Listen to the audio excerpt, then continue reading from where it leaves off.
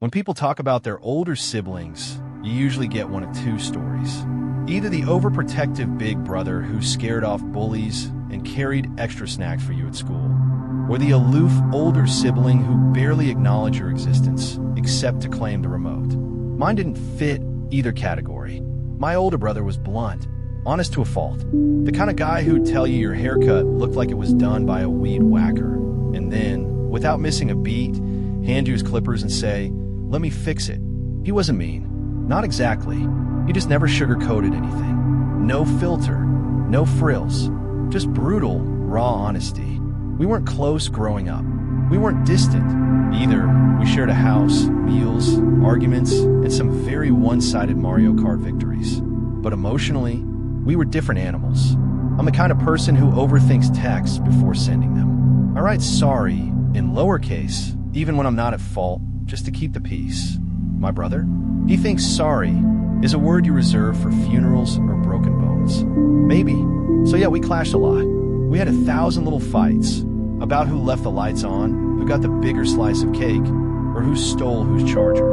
But one fight stuck with me more than the rest. It was high school.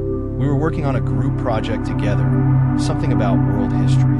I've been pulling extra weight for the team because nobody else cared, and I was on the verge of a stress-induced meltdown. I asked him to print the presentation, and he forgot. When I snapped at him for it, he didn't raise his voice. He didn't get defensive. He just looked at me, stone-faced, and said, "You're useless," and walked out of the room. That was it. 2 words, but they hit me like a punch to the chest. He'd never said anything like that before, and in that moment, I hated him for it. I didn't talk to him for 3 days. No eye contact, no words, just silence. He never said sorry, never brought it up again, just acted like it never happened, like it wasn't even worth a footnote in our shared history. I held on to that, probably longer than I should have. Fast forward to last summer.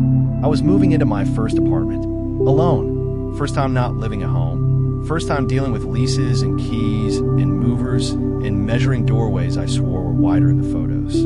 The excitement wore off fast. The reality was messier than I imagined. I got the keys late.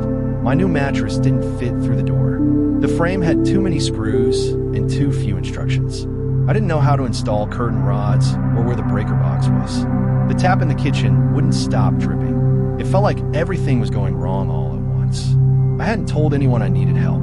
Part pride, part stubbornness, maybe a little leftover trauma from being called useless. So I was there, sweating, panicking halfway between crying and rage quitting the entire move when I heard a knock on the door. And there he was, my brother. No warning. No, "Hey, I'm coming over" text. Just him, standing there with a toolbox in one hand, a roll of duct tape in the other, and a pizza box under his arm. "I figured you didn't measure the door," he said. Then, after a pause, "You're smart, just not spatially gifted." Deadpan, like always. I didn't know whether to laugh or cry, so I just said hi, and he walked in like he'd been invited, like it wasn't weird, like this was just another Saturday. He didn't ask what needed doing.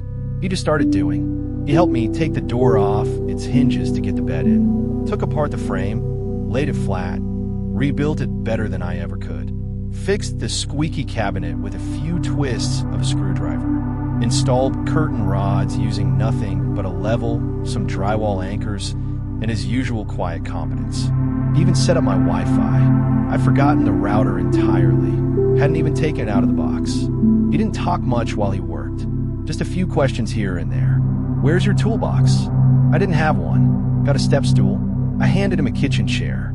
"Why is your fridge humming like it's possessed?" He fixed that too.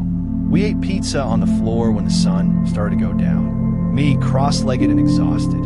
Him leaning back against the wall like this was any other day. He didn't stay late. Just stood up, wiped his hands on his jeans, and looked around like he was making a mental checklist. "You'll be fine," he said. Then, as he walked past me, he tapped the top of my head, lightly, like he used to do when I was a kid, and he was feeling half a second of affection before returning to his emotionally constipated self. Then he left. No goodbyes. No, "Call me if you need anything." Just the sound of the door clicking shut behind him. And that was that. But it stuck with me, because in that one day, without saying anything directly. He said everything I needed to hear. He showed up, without being asked, without being begged. He came when I didn't know how to ask for help. He didn't say sorry for the group project. He didn't acknowledge the hurt from years ago. But his actions, they spoke louder than any apology ever could. That was his version of I'm sorry. That was his version of I care. And honestly, I think it meant more that way. People always think love and apology have to come with big, poetic speeches, long, tear-filled confessions, and dramatic music swelling in the background. But some people just aren't wired like that. Some people show love by fixing your sink, by remembering the Wi-Fi needs setting up, by showing up with duct tape and pizza when your world is collapsing in on itself. Now, when people ask me, you and your brother don't talk much, do you? I just smile, because we don't have to. We already said what we needed to, in our own way. Beat, pause for reflection. I still think about that day sometimes. Like when I hear a squeaky hinge and reach for the WD-40, or when I struggle to lift a piece of furniture and instinctively check the doorway width first.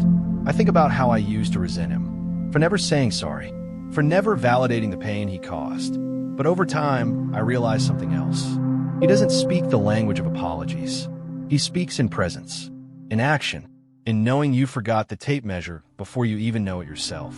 He speaks in quiet fixes and showing up uninvited. And I've learned to listen. It's not always easy. I still catch myself wishing he'd just say the words sometimes. Just once.